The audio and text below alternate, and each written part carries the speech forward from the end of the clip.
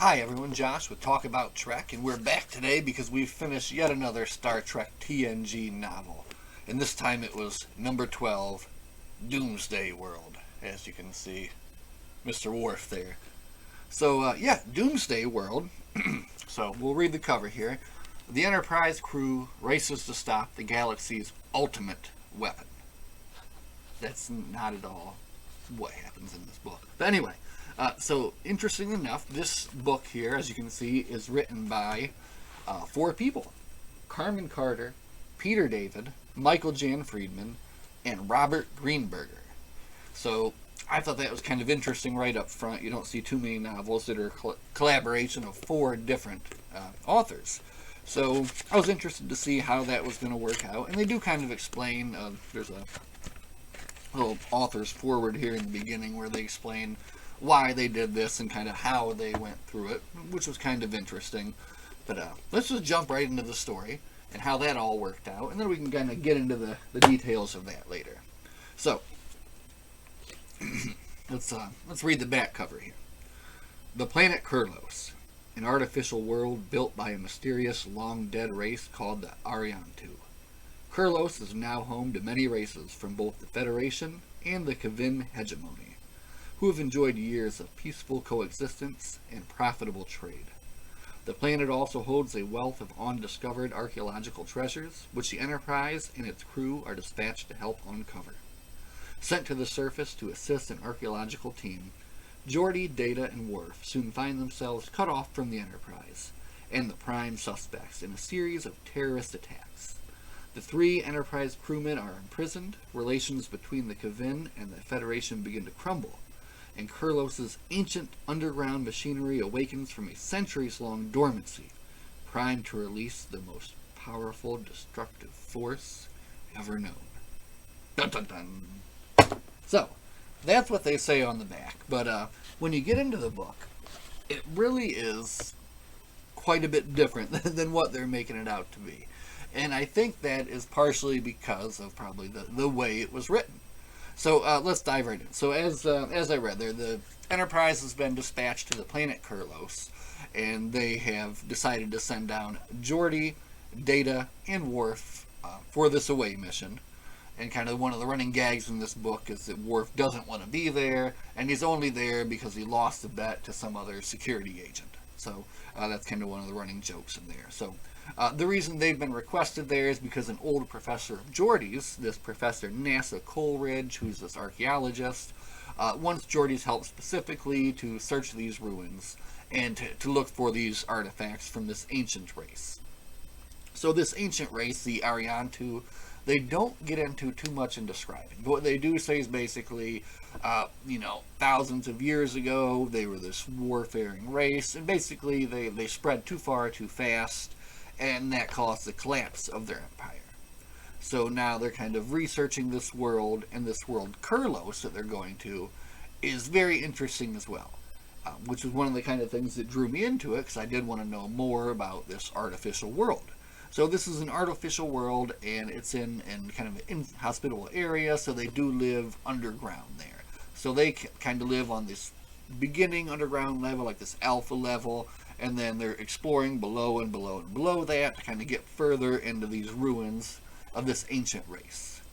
Now, already on this planet, there is a race called the Sola, and they're described as being kind of weak-boned, pink-skinned, kind of stay in the background, stay quiet.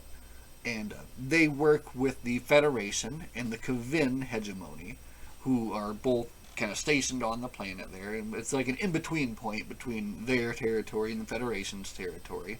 So you've got these Solo that work with both of these different embassies. So that kind of brings us into really, I guess, who the main characters of this book are. Which is kind of one of the weird points, I think, too, because when you think of a Star Trek TNG novel, who's your main character going to be? And it doesn't seem like any of the characters from the Enterprise were actually the main characters.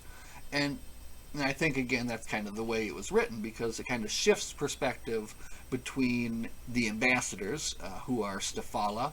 Now, she's an Endorian, and she represents the Federation. And then you have Gregok, and he is a Kavin who represents the hegemony. Now, the Kevin are like a warlike race, and they're made up for just this book. There's not many further. Same as the Sola. So, and they're described as being gray skin. They have tusks that come out of their cheeks here, probably. And they're kind of like a warlike race, a very bureaucratic race as well.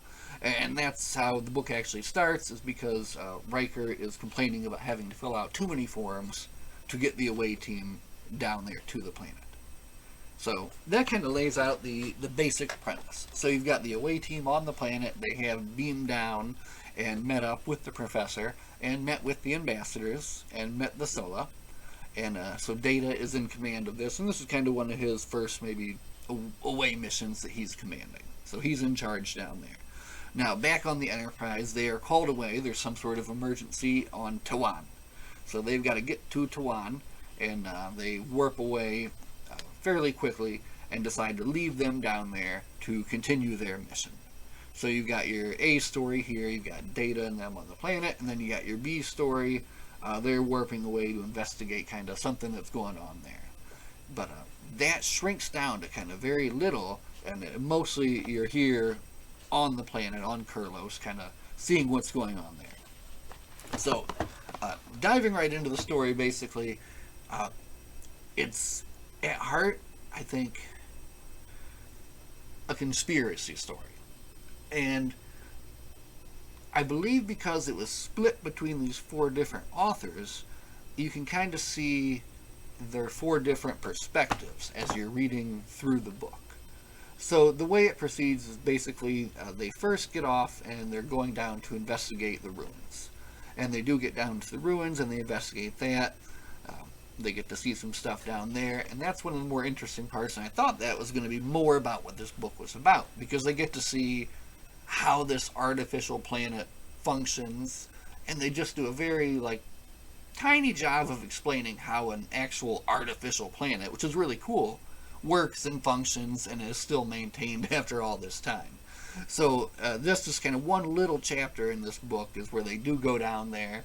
They get to see some of the lower levels and learn more about how this thing actually works and actually functions.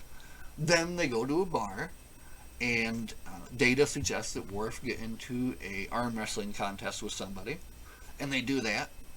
And that's actually one of the kind of cooler scenes of the book, actually. And I guess it's a strangely written book, but it has lots of fun, little, interesting scenes. And one of the interesting scenes here was they were in a bar, kind of just getting to know the lay of the land. One of these Kevin comes up to Worf and challenges him, and then Data suggests, well, why don't they do an arm wrestling match? And the only reason he suggests this is because he's looked at both of them, and he's gauged, and he knows that Worf will win this arm wrestling contest in exactly 3.25, minutes or whatever. And he does, and it comes right down to the time, and he's like, well, he's going to win in 3, 2, 1, and boom. And then Worf ends up winning. And then right after that, they overhear the beginnings of this conspiracy. So you think that, you see these 3 Sola conspiring. And like I said, the Sola are the native race to this planet. And there's a Sola that works with each of the ambassadors. So you have Gazor, who works for the Kevin ambassador, and you have Zamor, who works for the Federation ambassador. And Data catches them both whispering something suspicious there in the bar using his super hearing. So afterwards he decides to follow them, and following them they get kind of close to the embassy, and then all of a sudden, boom, there's an explosion at the embassy. So there's some kind of terrorist attack. And since they're close, they are somewhat suspected. So that kind of kicks off a series of further attacks. So you've got this attack at the Kevin, you have another explosion that happens at the museum, and then the character of Nasa Coleridge is killed. It's just kind of another interesting thing is they bring in this character, they give her this backstory of knowing Geordi and all this stuff, and then basically she's just boom, kind of killed off. And there's not much payoff. There's not much emotional payoff to it, really. But what you do get is another interesting scene, because you get a Klingon death scream when Worf finds that she's dead. So, that's nice. So, So things on the planet are kind of getting a little bit crazy. There's riots happening. People on both sides, the Kevin and the Federation side, they're rising up. They want to know what's going on. There's another attack on the Kevin side where their guards are given like gas. So attacks on both sides, obviously. So you would think that the two ambassadors would kind of work together to figure this out, but no, they've been driven apart, kind of purposely throughout this book. So I find myself wanting to. I wish they just kind of focused on like one or two of these features of this book instead of so much. It would have been, I think, better if they'd maybe focused more on the ambassadors, or just kind of given more attention to that. Everything kind of felt a little bit spread out here. So you do have some interesting scenes where one of the ambassadors, the Andorian, kind of walks down and faces down a riot and is able to talk them down. And there's some nice kind of diplomacy and things going on there. And then you get a little bit of the B story. So you go back to the Enterprise for a short chapter, and they are investigating this attack on this planet, and they find that basically there was no reason for it. This planet had nothing, the people that attacked it didn't take anything, and it seemed there's just no reason for the attack whatsoever. So they're all kind of confused, and they're sitting there looking at like kind of the view screenshot of the planet, and Captain Picard looks at something and says, that looks kind of like a quarry I remember as a kid. So because of that, he kind of puts two and two together and figures that maybe they were here for this mineral that's native just to Kurlos. So they decide they're going to go back to Kurlos. And then everyone on the Enterprise is like, I don't know if that's the right decision, Captain. These people could come back and attack again, even though they've evacuated the whole planet, like all of the people. So it's just kind of a strange little chapter, just like a little B story that they threw in there that I feel probably they could have just left out entirely and focused on what was happening on the planet itself. So, all right. So they go back there again. There's riots on the planet, and at this point, they've actually they've arrested the away team, and they decide they're going to throw Geordi and Data into Cell D, which is the cell in the lowest portion of the embassy. And even though they're not really even suspects in this, and I think it's just kind of like, well, how can we advance the story along and get our characters to where we want them? Well, let's put them in Cell D. But they do leave Worf up to hang out with the ambassador, so they can have some kind of fun interaction between them, these two warriors who are hanging out playing a game of Dyson together. So I think at this point we're at about chapter 16, so we're way more than halfway through the book here, and this is where it just kind of takes off. They're going to give us a big giant exposition dump here. So what happens is they wake up in the cell. Geordi fixes his visor. He fixes Data, who had been knocked out previously. Really, like, no one on the crew or anyone does anything good, it seems, in this book, other than get incapacitated and go the wrong way and just have bad ideas, except for maybe Worf. But anyway, he puts on his visor and he can look below him and see, there's a chamber below us.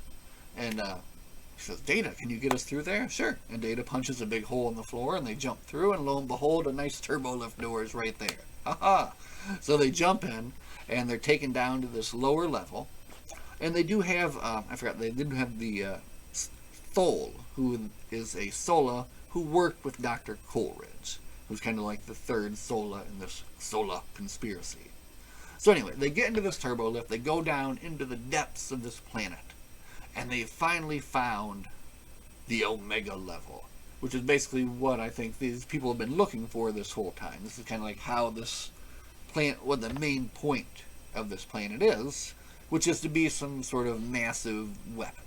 So they find this level, and they do find a couple of hand weapons, which they then use to basically just climb back out through their jail, and they use their weapons to escape.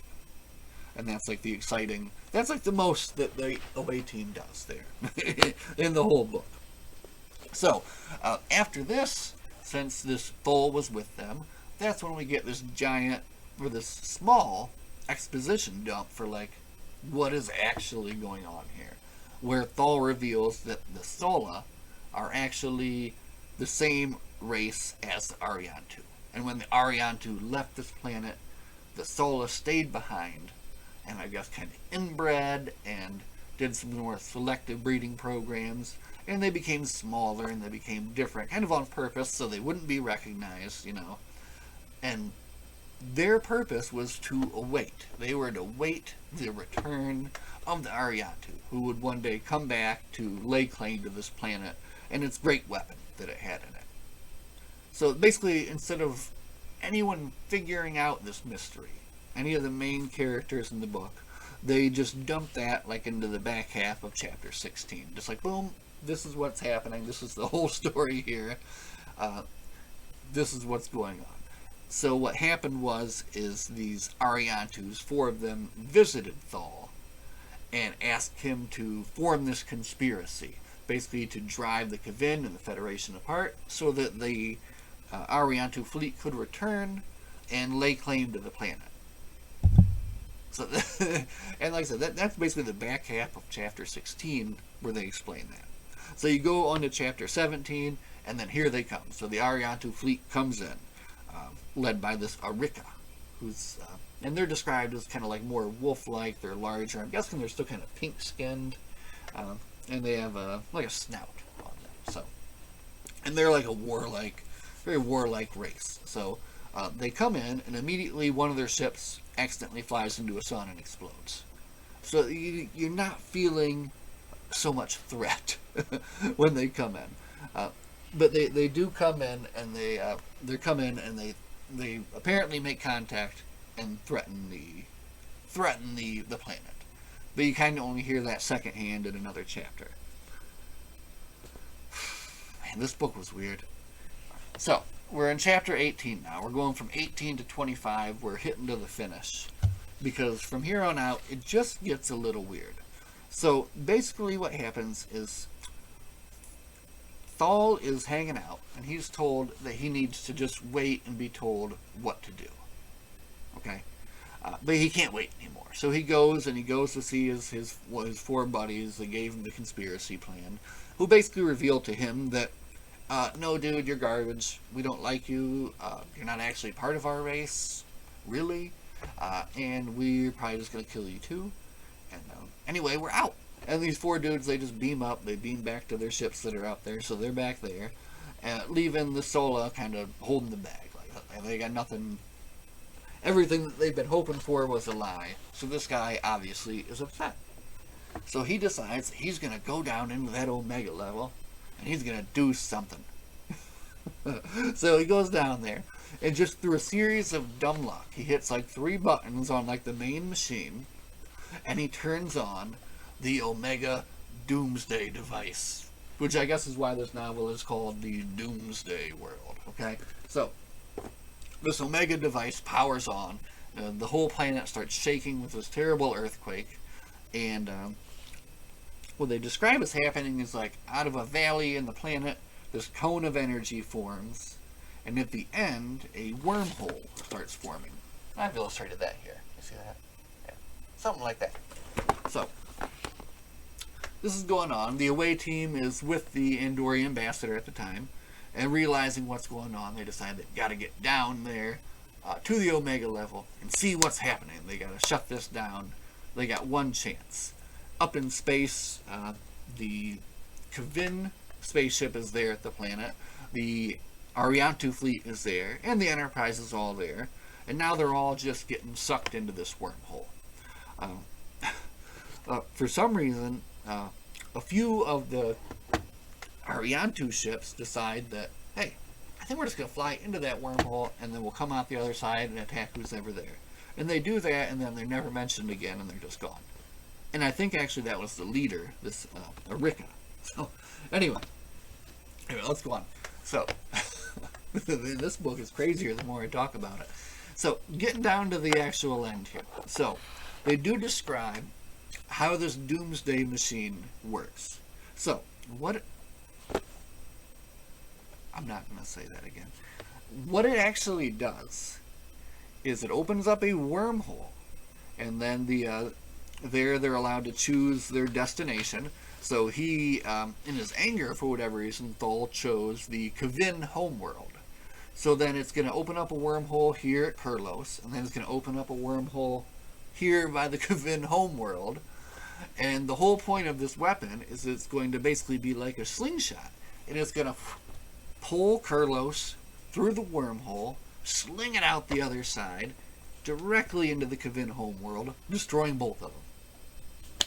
And that is the amazing Doomsday weapon that they've created. Basically to be a big slingshot bomb. So, of course, they've got to stop that from happening.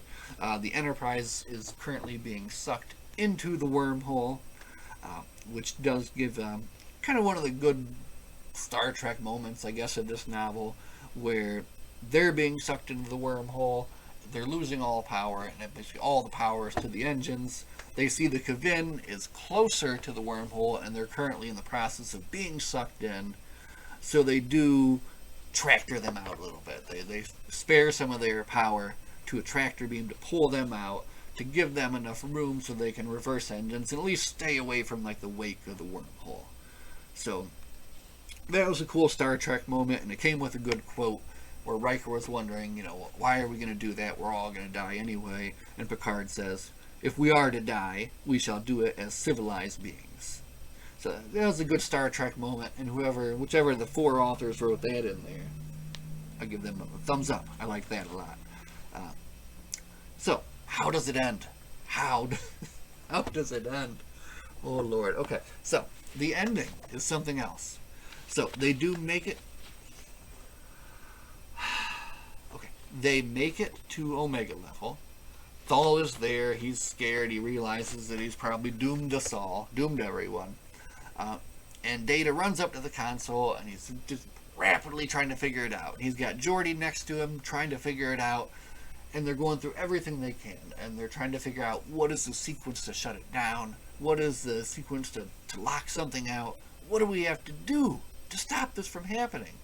And they just go, and they go, and they go, and they're just met with a dead end, and a dead end, and a dead end, and it's just coming down to like the last minute, the very last minute. And then Data realizes that, okay, I can either try this one more time and get this, or we're doomed. And then Worf from behind him says, sir, I have a suggestion, or something like that. And Data has like 1 second to decide, okay, am I going to follow through with my own ideas, which throughout this whole novel have been basically wrong and have not worked out, or am I going to listen to Worf, who throughout this whole novel has just wanted to basically punch and shoot everybody? And he says, make it so. So what does Worf do? He pulls out his phaser and he shoots all the computers in there, and then he rolls and he shoots some more computers in there, and he blows everything up, and it works. That's it. It's over. He did it. He saved the day. So he blew everything up. He shut the machine down. The wormhole is closed. The Ariane 2 fleet is basically like ravaged, and they fight amongst themselves, so they're not a threat any longer. And at the end, they decide that even though they were part of this conspiracy, which murdered many people, these three Sola here should be like the new rulers of this planet, Kurlos, since it is technically their world. And it's not a Federation world, so they don't have a say in that anyway. So,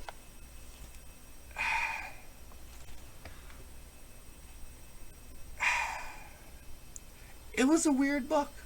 It was a weird book, and I think it was because it was written by four people. And I can almost see like I was trying to put together what my final thoughts were on it, and the way it came out is like it's written, I can see like just the four people. I can see the four stories in here, and maybe just next time try two. I don't know. So the way I kind of saw it break down is you got these four. You got the story of Stefala and Gregok, these two opposing ambassadors who've formed this friendship over these 30 odd years they've been here on this planet. Which in itself was an interesting story, and the two characters I thought very interesting, and both had fun moments. So then you've got secondary, you've got this Sola, all these Sola and this conspiracy that they had, and this Ariane 2, which turned out to be a very... They kind of made it seem as if they were going to be very cool, very awesome. And then when they come into the scene at like the end of the book, they really are like ineffective. And, and they just kind of fail at every turn. And then you've got the away team. So the away team, basically you have Data making wrong decisions at every turn, and kind of Worf at his back saying, you know, sir, maybe we should do this, maybe we should do that. So I guess for me, Worf was probably the highlight of this book. And I say that a lot for these Star Trek novels, because a lot of these have great Worf moments and Worf quotes. All the stuff on the actual Enterprise itself was probably like maybe this much out of this much book. So there's not much to be said about the action that happens there. It seems like maybe one of the writers just took that part and was like, okay, I'll write this little kind of B story on the Enterprise. So, okay, so before we end, let's get in with a nice Worf quote. So one of the best parts I thought here was this quote, or one of the best quotes in it was, they were just captured by the Kavin, and he was told, Worf was told, you know, so you speak your mind at the wrong times. And he says, I speak my mind and let the times attend to themselves. Which I thought was pretty cool. So, all in all, Doomsday World was an interesting read, but I think just kind of suffered from too many cooks in the kitchen. But definitely a lot of good ideas, and I'm glad to have read it for sure. So anyway, guys, thanks for watching. We'll be back next time with number 13, and hopefully that's a little bit more character-driven than this stuff. So, again, thanks for watching. Live long and prosper, and we'll see you next time. Bye.